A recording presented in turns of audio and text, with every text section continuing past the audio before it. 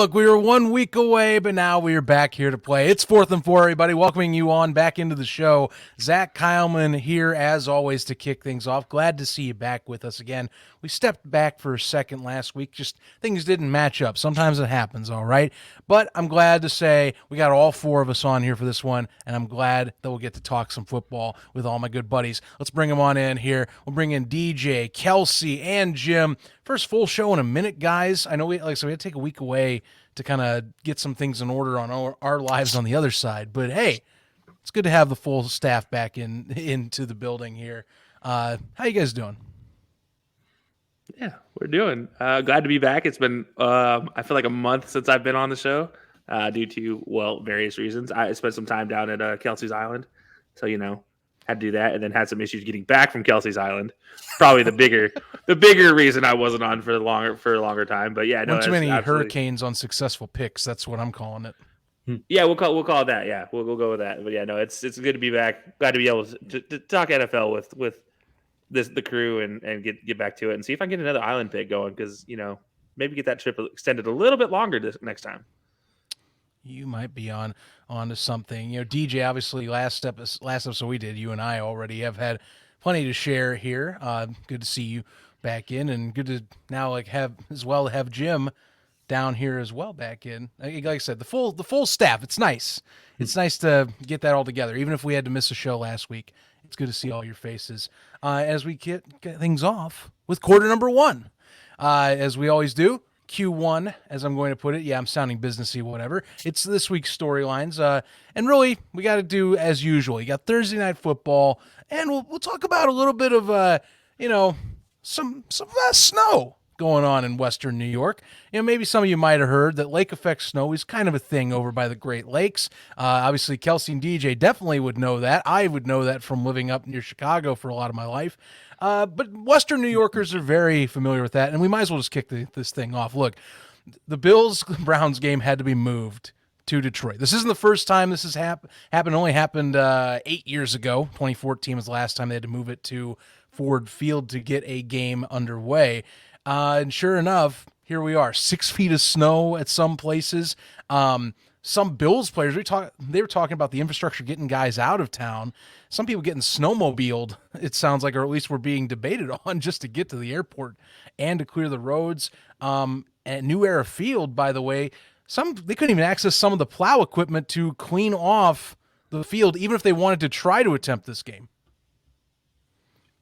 To all of the heavy football guys that say it's football weather, there's your point. It is literally taller than 99% of the players that be playing, minus Greg Rousseau and Josh Allen, basically, as well, too. And as you mentioned, they couldn't even get to the equipment to clear it out. So makes sense. Glad they did it. Granted, Buffalo probably should have maybe flew out as soon as the game was moved instead of waiting until Saturday. And as we can see, there's a nice little video. See what that field is looking like as well, too. We can see what they're going to have to try and play in. Well, now I'm ready for it. Yeah. So this is so you guys. My bad. I didn't mean to bust on DJ's parade there and provide some beautiful background music to his explanation of dreadedness of walking through snow. But no, this is what the Buffalo Bills themselves posted on TikTok earlier this week, and as you can see, it's just a whiteout. Like, honestly, you could sled down that and have an absolute ball going down that and have a good time. And that beautiful background music, let me just tell you, maybe we should turn that off so we don't get shut down or anything.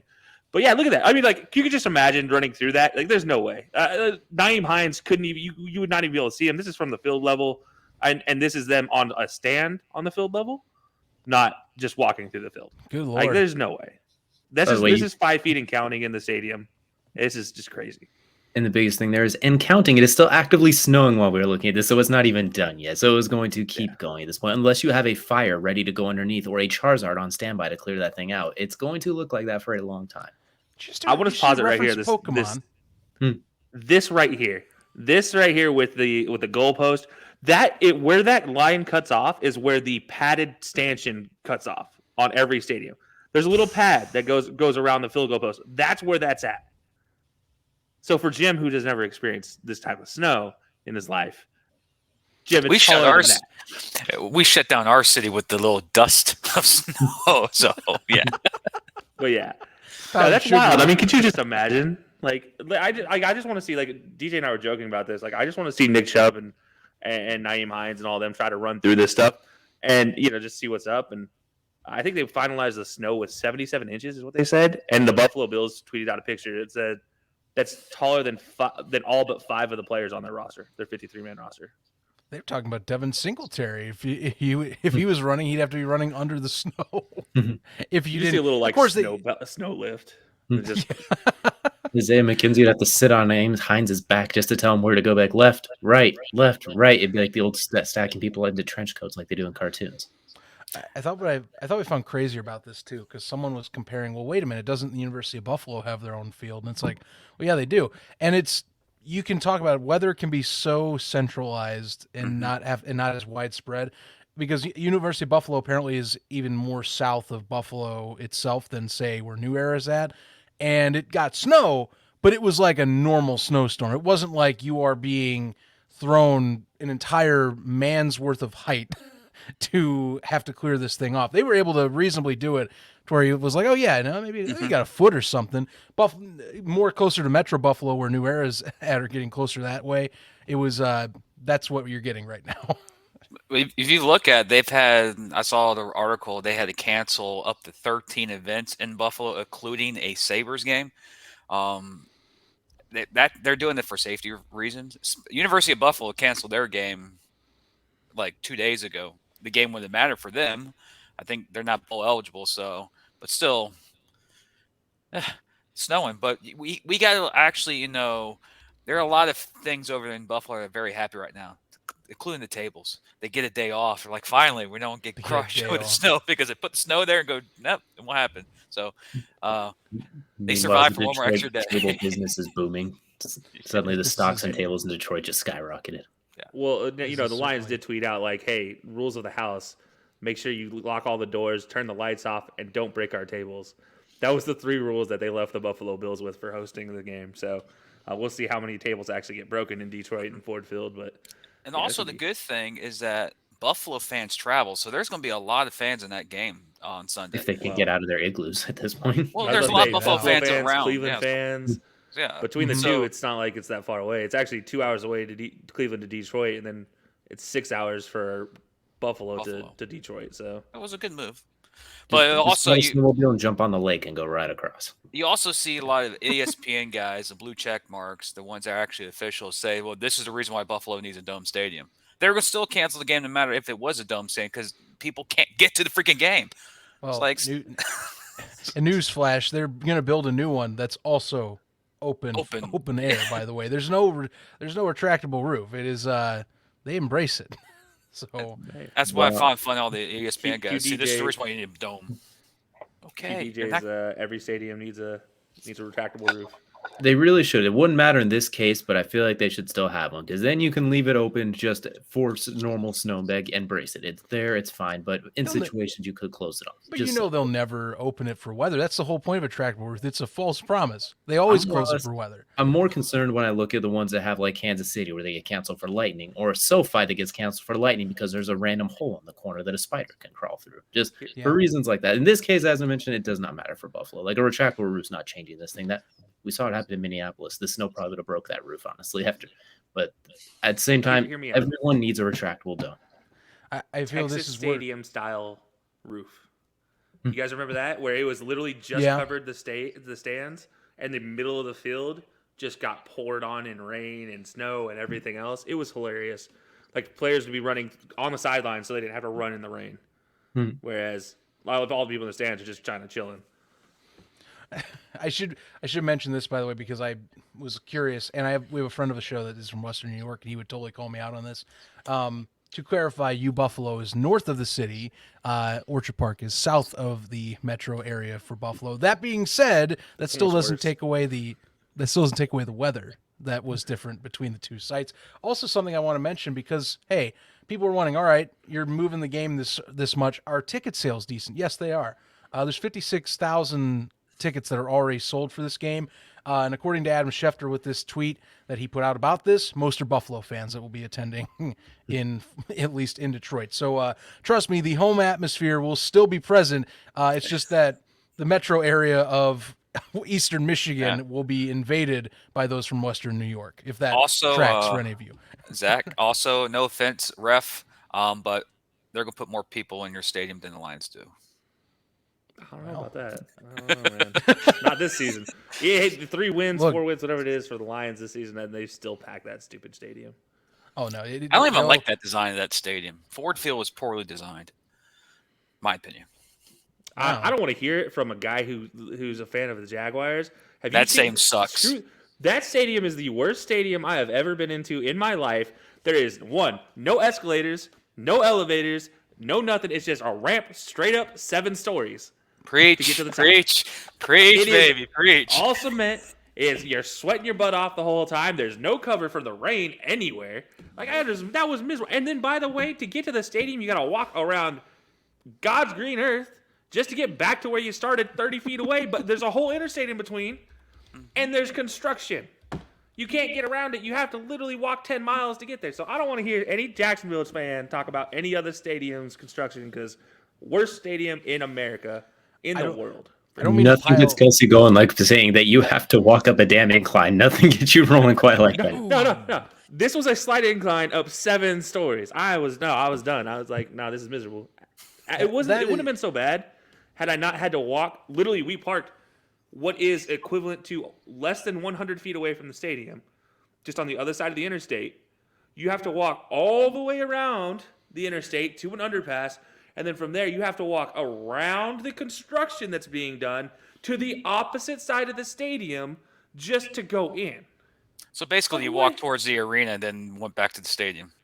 I literally walked towards the lake or pond or bay or whatever river that is. I don't even know. It's just a body of water. I walked towards that after going around the stadium. I might as well just gone for a swim at that point in time. Well, miserable. I don't mean to pile on because it's funny you bring that up. But just another thing while we're at it, minor news, I guess. It looks like City of Jacksonville's own inspectors found 129 violations and 29 concession stands at TIAA Bank Field, including 2 dead rodents and 159 rodent droppings. Classic Duval right there for you, baby. I'm gonna say I did not get concessions when I was there, except for a souvenir cup, which that's the only concession I got besides their beer wall. They had they literally have a trail of beer cases. That was the only other concession that I was willing to go to. This tweet comes from Bleacher Report's Gridiron account. My favorite part of it is the quote for it: "Who's hungry?" Not anymore. Dude, I walked up 7 flights of an incline. I wasn't about to be trying to eat food after that. I'm just trying to drown my sorrows and make it down without hurting. So that was alcohol. Thank you for coming to Jacksonville and experience what we Jaguar fans experience every freaking home game. So. Miserable. Stupid. Just ignore the concessions, jump into the pool. That's all you need to do. And I legitimately walked into Champ Bailey when I was there. I legitimately just walked right into him. Oh, didn't realize it. Yeah, that was my entertaining moment. But that was awkward, and I just walked away with my tail between my legs because at that point in time I didn't want to get tackled by Champ Bailey. Okay, then. It's a good choice. That was before the seven flights of awfulness. Not bad. All right, one thing we got to do here before we wrap up the quarter and before I jump into a bit of a ranty, I guess, kind of solo segment as always. Thursday Night Football, ladies and gentlemen. We saw last week. Many of us in here on our pick'ems got affected by Green Bay deciding to say, "Oh, maybe we're not dead." Maybe this isn't the end, and it was the end. Yeah, against the Thursday Night Football, the Titans had their way and essentially kind of sapped out the life of the Packers. They're 4-7 now as of the end of their Week 11 matchup. What do we even make of Green Bay at this point? We haven't really talked exclusively on them, but they are a talk of the NFL this year for how lackluster as well as for how much of a decline it has been, in particular for not only that organization in terms of performance, but, really one in particular side of the ball that I think people knew might take a drop off this season. Deals with, A-Rod, number 12 himself, man that signed a big old deal, came back. I don't know what you're talking about. I don't know who you're talking about. Because I haven't seen A-Rod in the field. I don't know who's playing quarterback for the Packers, but it's definitely not A-Rod. So I've only seen him for about 2.5 quarters, so I'm not 100% sure otherwise. It's just very. This is the same. Go ahead. Go ahead. Go ahead. I was going to. This is the same. Okay, pick one of you. All right, go ahead, Jacksonville fan. Jacksonville fan goes ahead. No, I was going to say that this is rare territory for Green Bay. Every time you see Aaron Rodgers, you always think of a team that's winning that division or they're in playoff contention. This is the first time that they're not the better team on each Sunday they play. And it's very rare. And of course, A-Rod, of course, the time I draft him in fantasy, think he's going to do something. He decides to have a crap season. It's just very odd that when playoff time comes around, we won't see the green G. And that's very odd. And you got to give credit to the teams in that division, especially Minnesota. They're just owning the division. They're like, this is ours this year. Good luck. Sorry, Zach, but that's basically how it's going. But Tennessee did Tennessee. Ran the ball. Oh, guess what? We're running the ball. And they're running away with the South. So two teams going opposite directions. So I think Green Bay's about to blow it up this offseason, in my opinion. I don't know. So what happens when you draft Quay Walker in the first round instead of literally any receiver? Well, you didn't even take the best Georgia linebacker, and you left all those receivers on the board. I mean, it was bound to come to roost. And you doubled down by grabbing not even the best Georgia defensive lineman a few picks later, too. Yeah, that too. Yeah, no, look, hey, I said it long ago. I said it, how many seasons ago did I say it about Aaron Rodgers? 3 seasons that he was looking very just apathetic, just kind of, I could really care less unless I'm throwing it to Devontae. Gets rid of Devontae. Guess what happens? He looks apathetic. He looks just, I don't care to be playing football anymore. I hate getting tackled. And, if I have to throw it to these rookies one more darn time and they drop the ball again one more time for a touchdown, and I'm just going to quit on the middle of the play. And you saw all of that on display Thursday. So I just want to, reharp on that I called this 3 years ago when talking about Aaron Rodgers, and all of you laughed at me. Except for DJ, maybe. DJ was kind of like, whatever.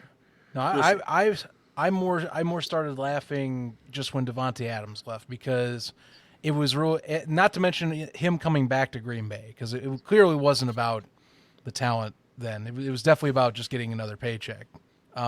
Which, sure, look, you got to look out. It's your life first. We sometimes we focus a little too much on that. You still got to get your bag. Okay, I get that, but for all the talk of, well, we don't have the talent here. They haven't really supplied me that. I want to maybe go and spread my wings. Denver's interested in you and is harping at Green Bay that maybe we can get a deal done, which is partially what led to Russell Wilson going over to the Broncos anyhow.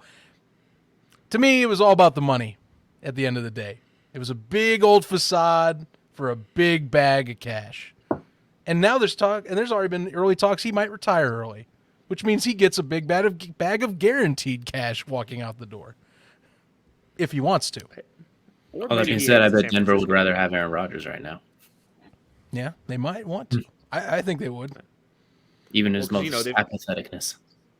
Yeah. No, you've heard the rumors now of Tom Brady. Now we also have Aaron Rodgers being included in San Francisco rumors. I'm like, what? I thought we got rid of these before this season. I thought they were just set on Trey Lance again, and again, they keep talking about returning the Bay Area kids back to the Bay Area. Well, there's 2 of them that are going to be potentially available to return that are above 40. Which one's going to be? And I don't know. I don't know what we're going to see, but don't be surprised if one of them's wearing red and gold next year. And then there's Jimmy G, who's probably going to get some sort of middle tier deal and be all happy. He's going to be taking a bag wherever he goes.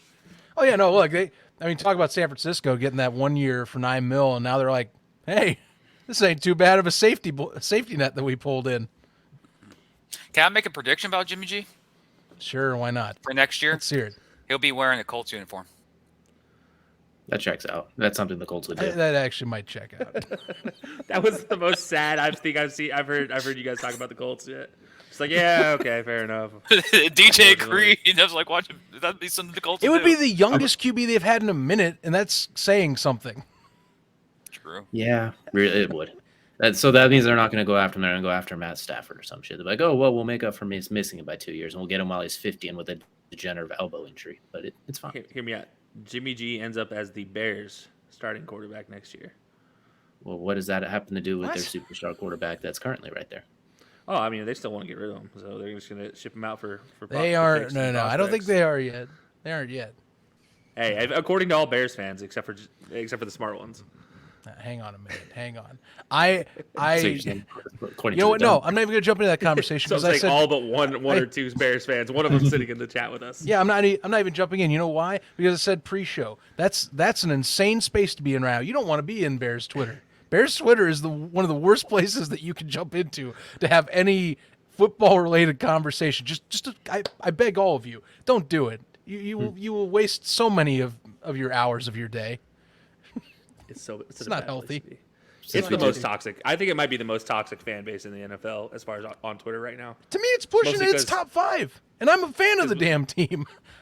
Like the Browns used to be the most toxic, but like right now they got the whole, well, we're waiting for Deshaun moment, so they at least are living vicariously through that. Yeah, that's going to probably rear its ugly head here in 2 weeks, by the way. By the way, he can practice again as of this week, so that's another little bit of news bit that you folks should be watching out for. We'll be talking about Deshaun Watson in 2 shows. I mean, if we're making bold predictions about the Colts quarterback, I think they draft Will Levis in the draft this year. I think they trade up to go get him if they have to, because he's slipping a little bit, and they've sent scouts to his games like 6 games in the last 6 games. So since we're doing bold predictions, that's going to be mine. Whether Jimmy G's the starter to start with or not, I don't know, but I like that. I honestly would love that draft pick. That's a great draft pick. Not bad. Which means it won't happen, but they just need to go and get someone that they can build. Don't worry about grabbing last minute or some used parts, if that makes any sense. You got Matt Ryan for 1 more year of used parts. Don't go get more used parts. No more used parts. Hey, you got a used part in Sam Ellinger. Like, just throw him out there, let him deal with it. He takes hits on a regular basis. He just rebuild that engine, man. We can go on and on about this, but this could take a while because that engine is trashed. Yeah, a little bit. Dude, that's saying something for JT. Indianapolis. Give the ball to JT. Yeah, hey, look. Just at this point in time, just keep giving it to whatever running back rolls out there, and they'll be fine. Deion Johnson, JT. Mm-hmm. He'll get something. Else.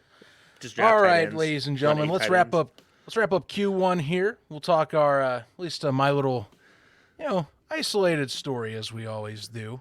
So my storyline to watch this week really came out when I had a good laugh. I was looking. Sometimes some news pieces, you just sit back in your chair, you chuckle. You knew it was coming anyway.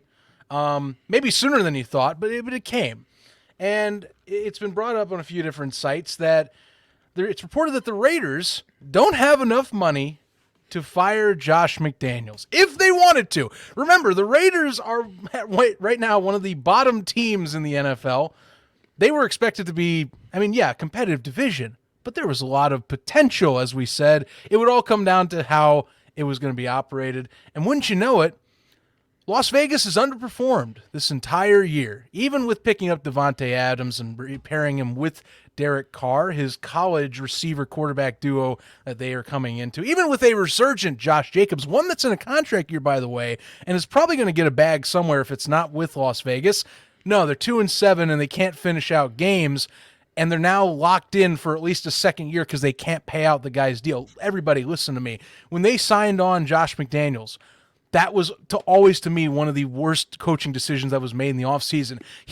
Why did you not look back in the history books of what went on in Denver and say, sorry, I want nothing to do with that? And yes, some people do change, okay? I mean, look at for example, Pete Carroll. We can talk back to that as one of the greatest examples of someone that had a stint, came back, and made his mark even more so in the NFL after going away, or at least going out of the head coaching scene. I understand that. But Josh McDaniels, to me, has always been a coordinator's coach first. We can always talk about his time in Denver. We can talk about how he burned Indianapolis. DJ knows that very well in here on how that went down. It was not in the cards as a good decision. And sure, maybe he surprises next year, but honestly, he is right now, if it wasn't for the fact the Raiders are cash strapped and apparently trying to cut and run from him, he'd be one of those candidates that I would not have been shocked, would have been a one and done anywhere else in the NFL. It's disappointing for how much that Raiders roster has built around it that they are 2-7 after going to the playoffs last season with that setup and with less receiving talent, mind you, on that side. I know injuries have hurt them, of course. We've talked about Darren Waller, Hunter Renfrow, and Devontae haven't all been exactly on the same page on the field all season at many times, but I digress. It's been disappointing. They had a great interim head coach that was right on their side they could have gone with, and they went with the flashy and, to me, a questionable option in Josh McDaniel. I feel no sympathy for the Davis family for that choice because they put themselves in that specific position, and away you go. You're going to get a second year. Best of luck to you. And that's my storyline of the week. If they had a real coach, they'd be 5-3 right now. If they had Rich alone, Rich Bisaccia is going to play in special teams. Dude could have stayed there and kept the culture up. He already was building something. Fun fact about Josh McDaniels as a head coach: since the cheating scandal, back when he was a head coach of the Broncos and they were caught filming the Niners, since that moment, he is 7-24 as a head coach. Wow. 7-24. Again, just look at what happened. He got a job at 5-17 as a head coach. To me, just look at what happened in Denver. It was not a good tenure. I know, again, things can change. But if you go back to comfort food, going over where you were with the Patriots in the first place, and of course you're going back and doing your usual stuff, you already were going to be familiar, in my opinion. To me, it's like, for example, going to Alabama and getting a get-right position as a coordinator. Doesn't always work. Sometimes it does. You know, we can't all get a Lane Kiffin who goes and resurges his career and goes to Ole Miss and makes something like that. But I wouldn't have trusted Josh McDaniels to go and head coach. Not after what happened in Denver. Not after burning the Colts. That's where I'm sticking away. No, sorry, you don't get that opportunity. No, thank you. Bye-bye. Belichick coordinators don't do very well outside of under Belichick systems. Unless there's also that history, too. And Brent Venables is the only one. Not Brent Venables. That's the freaking coach for. It is Brent Venables. Is it for Tennessee? No, Mike Vrabel's who you're thinking. Brent Venables is Oklahoma. Sorry, I just saw something on Oklahoma. Never mind. Yeah, so that Vrabel is the only one that's actually been successful and to continue with his being. Well, it helps when you have a freaking beast as a running back. You just hand him the ball and say, "Hey, carry the team."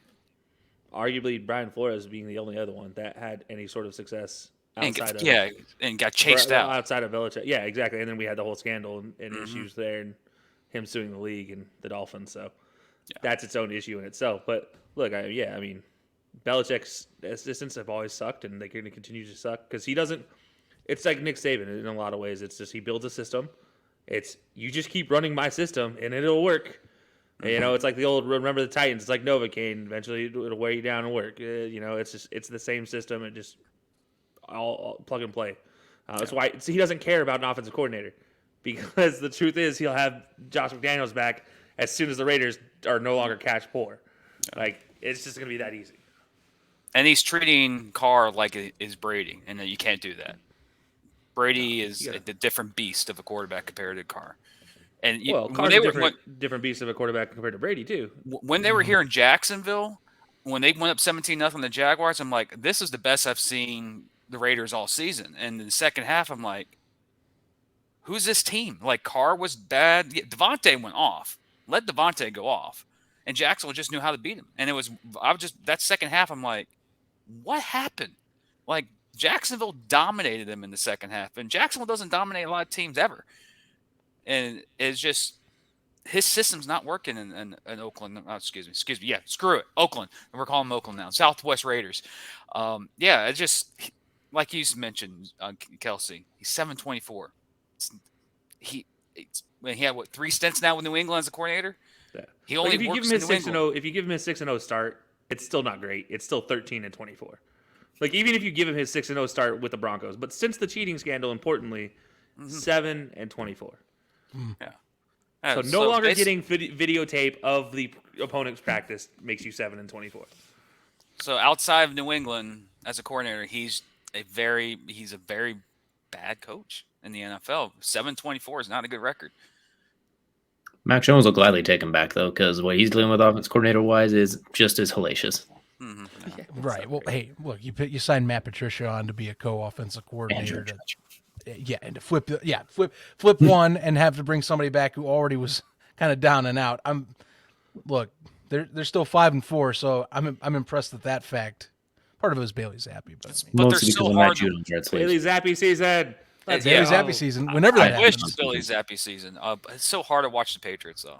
So some games you just go. You're a Jaguars fan now. I watch the Jaguar. Like I'm a diehard Jag, but I still keep an eye on the Patriots. It's very hard to watch them. Final interesting thing to take home with you before I leave, and something that crossed my news desk that I was surprised I didn't catch earlier. Steve Wilkes is being seriously considered to keep his position with the Carolina Panthers, according to the Charlotte Observer. Just something to keep in mind. That is a one-and-done head coach that got pushed out of Arizona pretty quick. And that Arizona head coach actually is also on the hot seat right now in Cliff Kingsbury. Keep that in mind. He's already rumored going to college, by the way. So I mean, yeah. I love college. Oh no, he's gonna go collect a bag in college. How sad! I love DJ. He can finally get his wife somebody that's actually his age. You mean to tell me I can do more air raid and no defense? Okay, I get 30 first-round picks instead of just one. You mean to tell me I have a $90 million buyout? Oh, all right. What? Thanks. Jimbo? What? All right, that ought to do it for our Q1. Let's move on to quarter number 2. DJ taking us through this with DJ's best bets and his betting odds. Of course, DJ, let's get at it, man. All right, let's try and win some money. We're going to cruise through some of these really quick. We're going to look at a few games, find some bets that we like, then we're going to put together a fun parlay at the end and see if we can hit big on this one. We've done pretty good as a unit throughout the year on these individual game bets, pulling one from each. So we're going to start with Zach's Bears taking on the Falcons. For me, this one, I'm looking at number 1 on the field and so far in the fantasy football hearts. We're going with Justin Fields. The number is 69.5. Nice. Yards rushing over under. Give me the over on that one. He's been going off, over, around, everything above, north of 100. It feels like the last 5 games in a row. So give me over 69.5. Nice. Yards rushing for Justin Fields in that game. Zach, we're going to go to you as the designated Bears fan here. What are you looking at betting-wise in that game? Straight up, take the over in this game. I am high confidence in this offense, at least Justin Fields creating some sort of offense. Look, when you have 5 games in a row, you're hitting 25+ just alone on your side, even in losing efforts. Atlanta doesn't scream anything that's going to be defensive and slowing down Justin Fields' surgence right now. I think that even with an over being a 49, still, I mean, that's a little bit up there in that regard. I think that Atlanta is going to be able to put up against a sloppy Bears defense, mind you, their own fair share to get you that over if you select it. Take the over 49 on this, in my opinion, on Caesars. Defense optional, and Justin Fields going to put on a clinic in his home state against a team that he thinks should have drafted him too as well. So Kelsey, we'll go to you for this one. Bears, Falcons, what are we looking at? Yeah, I'm going to go with Justin Fields touchdowns. He's set at 0.5 touchdowns for the line for this game.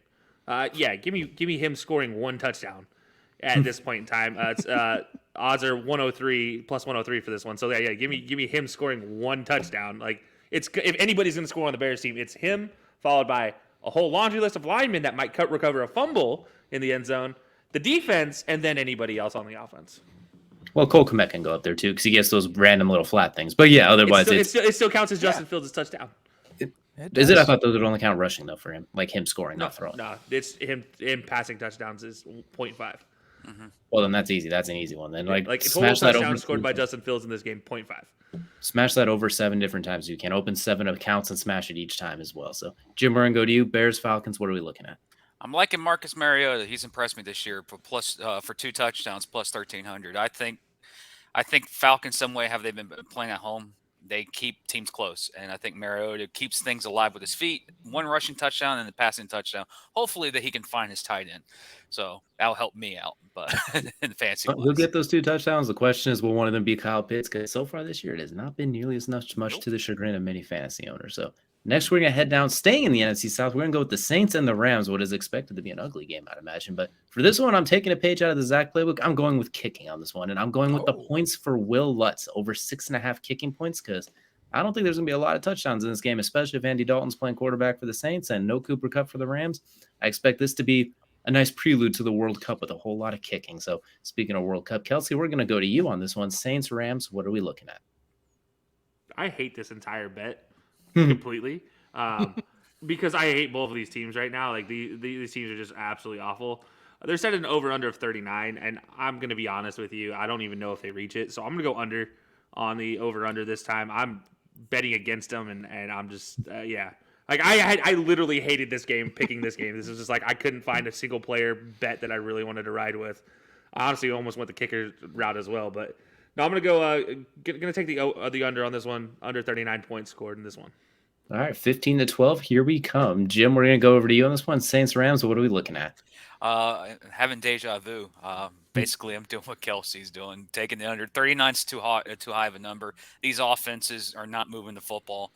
Red Rocket's not Red Rocket, and Matthew Stafford is, when there's no Cooper Kupp, he's a below average quarterback. So I'm going to be one of those type of people who think this could be a field goal battle. So like 9-6 or something like that type of game.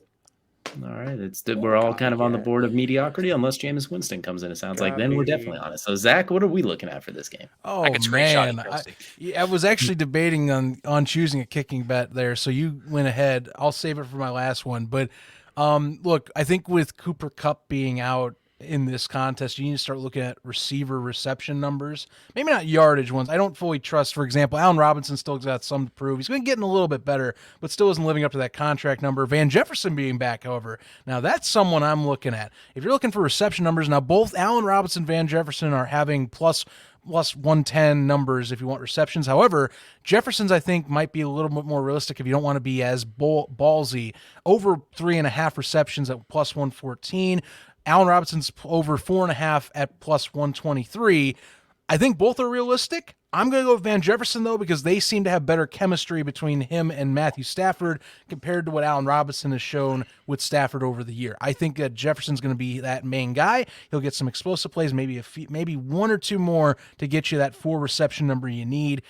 I'm going with that. But if you want Robinson, don't worry. It's a little bit more bold, but I think he can get it just with Cooper Kupp being out. I say if he's going to get any sort of game where he shows up and shows out, this would be the game to do it with no Cooper Kupp as well. So last one we'll look at is the Chiefs and the Chargers, the battle in the AFC West. I'm going with Kadarius Toney anytime touchdown. No Juju Smith-Schuster, no Mecole Hardman, a banged-up Valdez-Scantling. You have to imagine the Chargers will double-team Travis Kelce. What better way for Kadarius Toney to find his way into the end zone as well? So that's where I'm going with. Jim, we're going to go to you first. What are you looking at for Chiefs-Chargers? I love the points in this game. 52 is the over-under. Give me the over with 52, have negative 110. All right, a good old Western shootout. I like it. So, Zach, we're going to go to you on this one. What are we looking at for the Chargers and the Chiefs? Well, these are kicking ones, so if it wasn't going to be any of the other two, it's definitely this. I'm going with old reliable for this. I'm playing pretty safe. I mean, look, Harrison Buckner, you're going to get what you want. Honestly, it's an offensive slugfest in the AFC West. You got over 2.5 for at least extra points made. You also have, I think, over 7.5 points right now for the total kicking points. I think you can hit at least both. If I was a little more sure, I think at least the extra point one. I think TDs will be more at the premium than in extra points, or at least field goals in this matchup. So if you want to do that, it is a negative 137, so you're not winning as much. But I mean, if you need a solid kicking bet, if you want like a certainty, like as much of a certainty as you can get betting, I don't know, throw a few bucks down there, maybe make it part of a parlay, go for it. Go nuts. Make that your safe leg, or at least what you think is as safe as it can be. Make it your foundation. I like it. Kelsey, Chiefs, Chargers, what are we feeling today? All right, so I'm actually going to go a little spicy with this one. So with obviously you mentioned the holes in receiver there for the Chiefs. No Juju, no Mecole Hardman, potentially no Valdez-Scantling. He did practice, but he's kind of hampered. Doesn't leave a whole lot of love there for some receivers, except for one receiver that's just boomed on the scene this year for the Chiefs. If you don't know who I'm talking about, Justin Watson. Give me Justin Watson to score 2 or more touchdowns at any time in this game, plus 2,600 odds. 2 or more? Whoa! 2 or more. He's done it multiple. He's done it twice this season. It's bound to happen again. He just randomly breaks out for a 2-touchdown game. Occasionally, it's been a couple weeks. This is right on par with it when he does it, and he did it without Juju and Mecole in the lineup last time. Just be careful who you serve that chicken curry to, because I don't think everyone's going to be ready for that spice necessarily. So, all right, we got a Watson sighting as well, too. And you know what? His namesake, Christian Watson's been going off the last couple weeks, so maybe he follows the trend as well, too. So that should definitely be a fun game. So that's what we're looking at for the betting games this week. And now we're going to take a look at DJ's Best Bet. We're going to put together a fun parlay and see if we can maybe straggle home a few bets and win a little bit of money. So looking at the Best Bet parlay, first one I have right now is we're going to go with the Bills and the Browns for the over-under being at 49.5. I know it got moved to Detroit. I'm still going to take the under on that one because the Bills have been struggling a little bit, and the Browns are going to run the heck out of the football, I imagine. So I feel like the game's going to be a little bit shorter. Give me the under, and honestly, I don't know if the Browns will be able to hold up their end of the deal scoring-wise as well. A little bit shakier now that it's been moved out of that winter wonderland, but I'm going to go with the under on this one. Next, we're looking at Jalen Hurts anytime touchdown. He's a touchdown vulture. He takes touchdowns from everybody on that Eagles team as well, too. We expect him to run in the end zone. The Colts defense, pretty good, but Jalen Hurts will find a way to get loose, I'd imagine. And then here's the fun one. Here's a little bit of spice that they're on this one to add up some odds. Tony Pollard to score 2 touchdowns on the Minnesota Vikings. We saw Devin Singletary do it last week. They're a little more susceptible to the run. Zeke's still a little bit shaky. Look for Tony Pollard to get a little bit loose and the Cowboys to hammer home that run game to try and keep that high-powered Kirk Cousins offense off the field and keep Justin Jefferson away from the end zone as much as they can. So Tony Pollard with a couple of touchdowns scored against Minnesota, that's going to bring the odds up to 48.35 for this parlay. So you bet $1, you win just over $48 if it does hit. So hopefully we can win a nice chunk of change. We got real close last week, a few letdowns here and there, but one of these parlays will come together. You've been using any of the ones we've talked about, you've had a pretty good year so far. So that'll do it for the best bets. Now we're going to talk a little bit of fantasy football, and we're going to send things over to Jim now to talk about some starts, sits, and some boom picks. So Jim, take it away.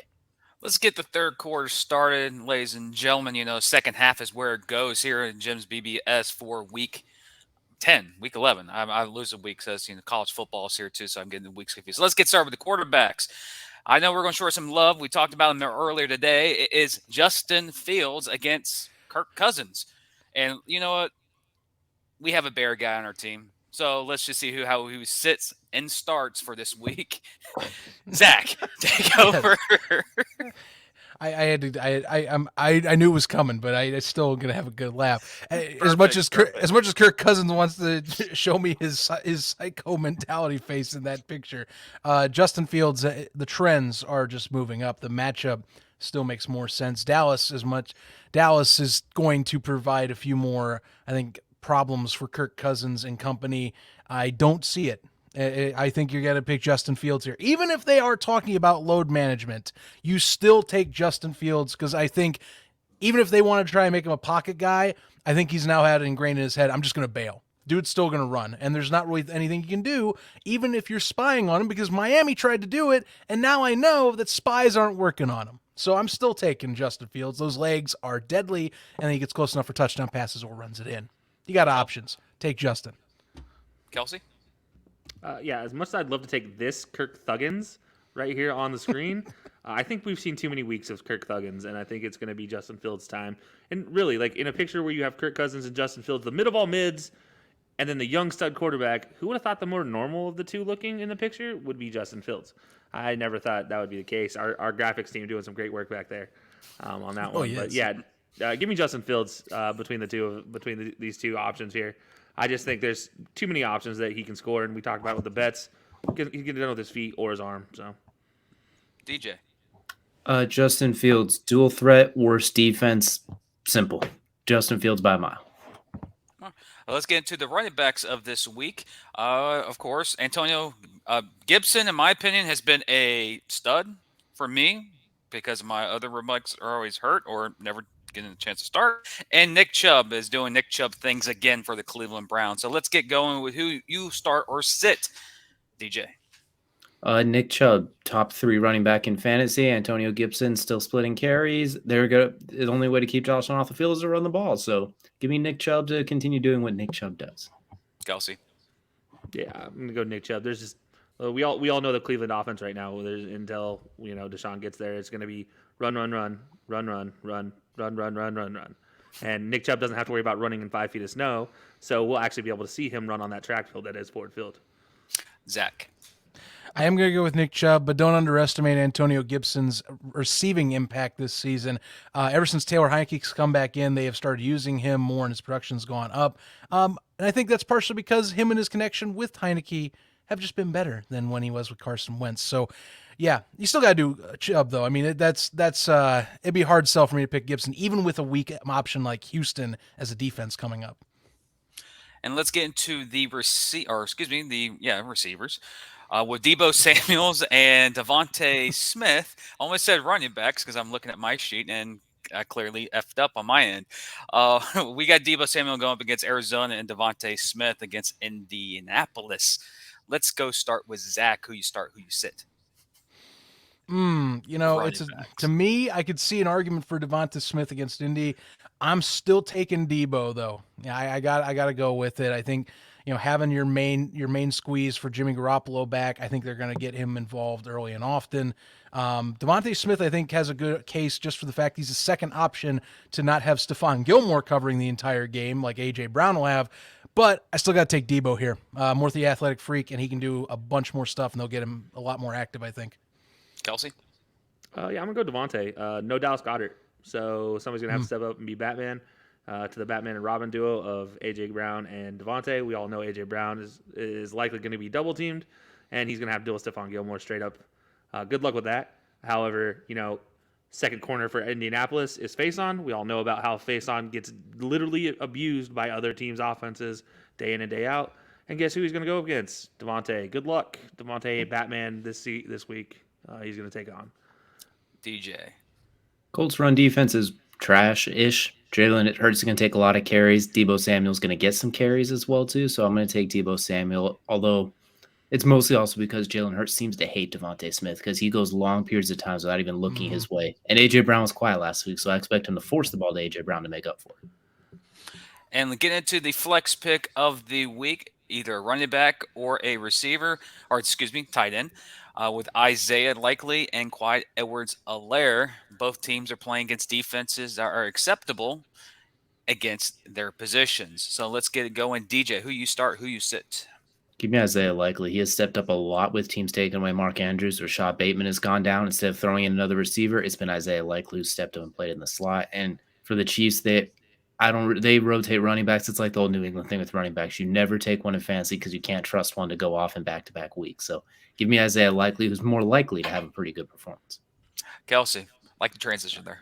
Yeah, I need to go back to this just to point out that, to DJ's point, look at last week's Clyde Edwards-Helaire's points. He did play, by the way, in that game. 0 points. So I'm not going with Clyde Edwards-Helaire. I'm going with Isaiah Likely. Zach? Yeah. Make that the trifecta. Honestly, I think that the better matchup alone too. I know Los Angeles and Kansas City is going to be explosive, but I don't think Hilaire is going to be the one that's getting those explosive plays. And get into the defense of this week. The Baltimore Ravens are taking on the Carolina Panthers, and the Washington Commanders are taking on the Houston Texans. Which defense shuts down who, or who gets the most points this week? Starting with Zach. If Chase Young was playing, I would have picked the Commanders. Without Young, I am going Baltimore. It is hard though because this is a good one. This is a really good one, I think, to pick between you. If you have to choose, I don't know. You are kind of splitting hairs. I'm going with the Ravens though for this one. If Young's back, different story. I would go with Commanders and flip it the other way. Kelsey. I'm going with Baltimore because they're facing a team that's going to run the ball most, and they're top 3 against the run. Like that by itself is going to solve my issue. Now, if they were going against a passing team, I'm taking Washington all day long, just because they're middle of the road against both the pass and the rush. Washington is, whereas Baltimore is 25th against the pass, 3rd against the rush. I'm going to trust them to take on this Carolina team and be able to shut down a run team that's led by Foreman and Chuba Hubbard. Like at this point in time, one of the two is going to be running the ball. I don't know which one, but that's your two options. So I'll take Baltimore there. DJ, wrap us up.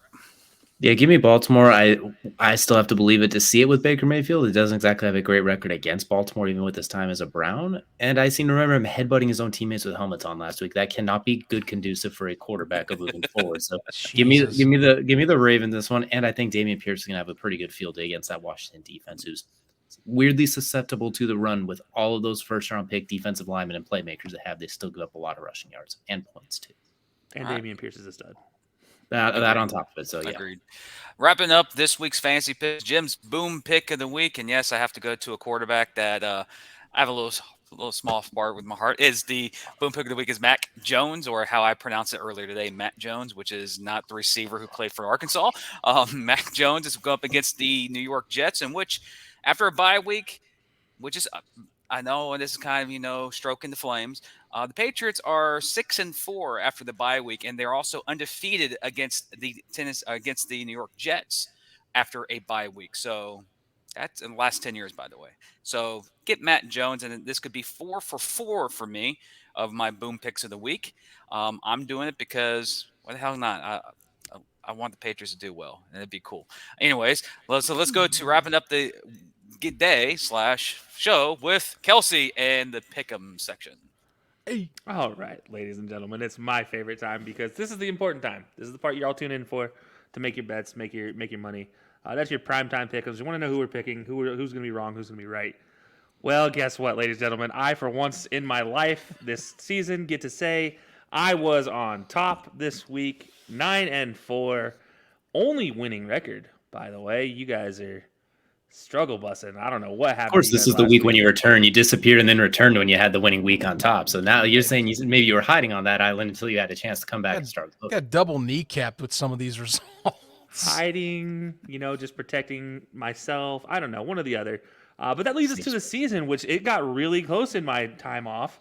We went from Zach and DJ being double digits ahead of both myself and Jim to now Jim and I closing the distance. There is only 10 wins between fourth and first here. So very competitive here. We have made our comeback, Jim. The last couple of weeks has been absolutely fantastic. So maybe there's a potential there, Jim. We might be able to usurp these two and make them take the Wonderlic test at the end of the season. So we'll see how that goes. I'm just happy to have in the face. Maybe get a Jacksonville Jaguar tattoo, or maybe just have to walk up the 7 flights of stairs in TIAA field. Are you sure you want to put that on the line? I mean, do you want to risk having to do that again? No. Yeah, I think you'd rather get the Jacksonville tattoo than walk up that damn incline again. Has my collapse begun? We'll find out. But we're gonna start with an early game on this one. We're not gonna go the normal primetime games for the pick'ems this week. We're gonna surprise some people. We're gonna go Patriots and Jets as the first one. This one actually is important because both teams have a winning record. Part of the AFC East that has an entire winning record as a division right now, so very competitive. And we're split. 2-2 down the middle. DJ and Jim going with the Patriots. Zach and myself going with the Jets. You know what, Jim? We've already heard your opinion on why the Patriots are going to win because their bye record against the Jets are undefeated. But DJ, give us the reason why the Patriots are going to win. Zach Wilson still kind of worries me sometimes. He's going against Belichick, who loves to just pick on those young quarterbacks like a bully on the playground. I'm still worried he's going to force Zach Wilson to throw in some bad passes. And the Jets kind of had they're almost mini Super Bowl last week, upsetting the Bills in their last game, or 2 weeks ago, excuse me. So I'm looking for them to maybe I don't want to say come back down to earth, but I think the Patriots, Bill Belichick's just going to scheme up something, and it's going to look like the last game where Nick Folk is going to kick 14 field goals, and they're going to win like 19-13 or something goofy. And until Elijah Moore starts getting the ball, I'm not going to believe in their passing offense. So what you're saying is going to be somebody who's a viewer's worst nightmare for a game to watch. I think it's going to be just absolutely miserable for everybody, except Bill Belichick and his son. They will be enjoying every moment of it. Fair enough. All right.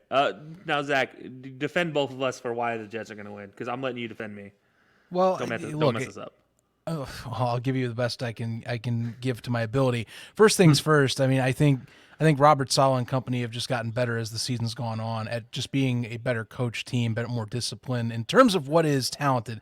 Defensively, the Jets are carrying this team. And I know that last time they played the Patriots, they took their lumps. They still kept it pretty close at the end. Something else I want to bring up as well, I think that they got through that Breece Hall period of what do we do on the running game? Our bread and butter on the offense.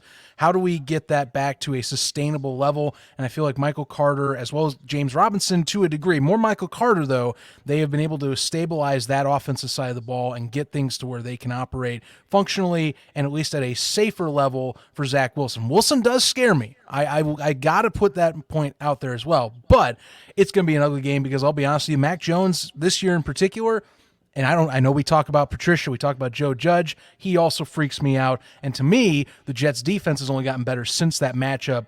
I think the tables turn this time and they flip the script on who gets better coaching out of who.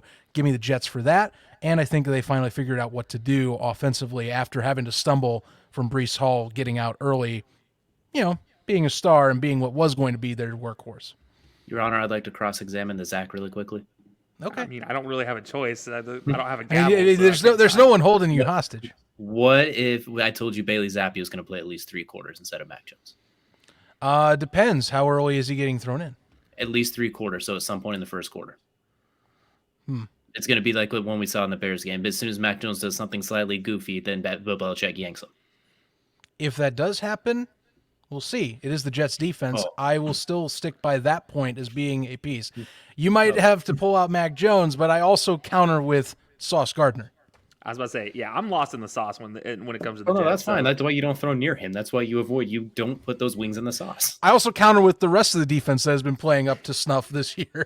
I take my chances compared to going his sauce. But, all right, so we're split on that one. That would be a very interesting one to watch early on in the day. So be sure to tune in for that one. Now, next one, obviously going back to the primetime picks, Sunday night game. We're going with the Chargers and the Chiefs, and I don't think any of us are actually going with the Chargers as I say that. Because we're all going with the Chiefs. Somebody explain why we're not going with the Chargers. Chargers will cover that 5.5 to 6 point spread, but the Chiefs will hold on.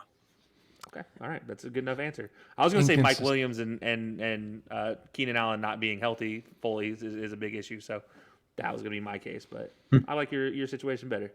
Now we're going to Mexico City for Monday nights. Primetime game, Mexico City, 8:30 kickoff, which is like a 7:30 kickoff their time. Arizona versus San Francisco.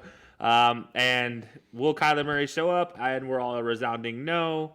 It is not a double XP weekend, and he's in Mexico, so he can't even play on the same servers he's used to. So he won't even be playing Call of Duty. That is a thing worth mentioning. Does that change anybody's mind?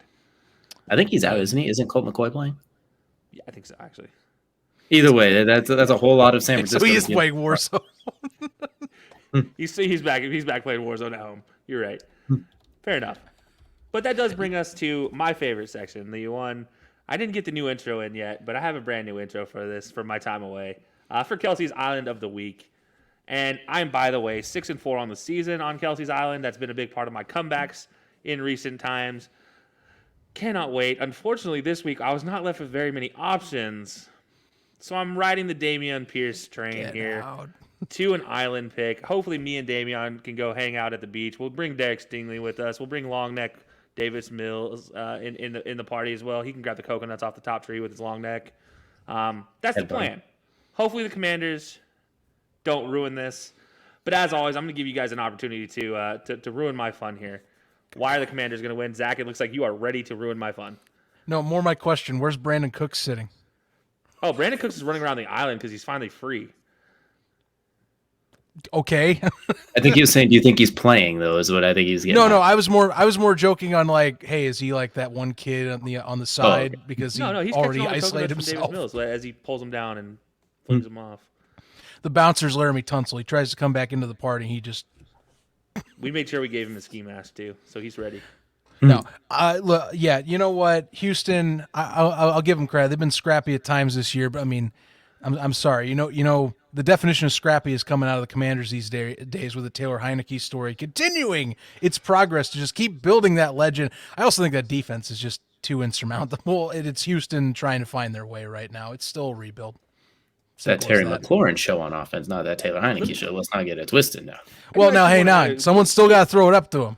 But yes, you are right. All anyone has to do is throw it up to him. A quick point about Taylor Heineke. I actually have to ask this question, and Zach, you just kind of gave your answer on this one, so we'll not get yours. But Jim, real quick, 20 seconds on the clock. Taylor Heineke, is he the perfect quarterback for Washington's offense? Yes. DJ? For right now, yes, what they have to work with. Okay. All right. Not long. More DJ's answers, how I align with that. Just yeah, I figured that was kind of more your answer, but it's worth asking. But we'll see if Houston's able to help me out here, give me an island. But as always, guys, that does it for us this week. Anybody, any final last words?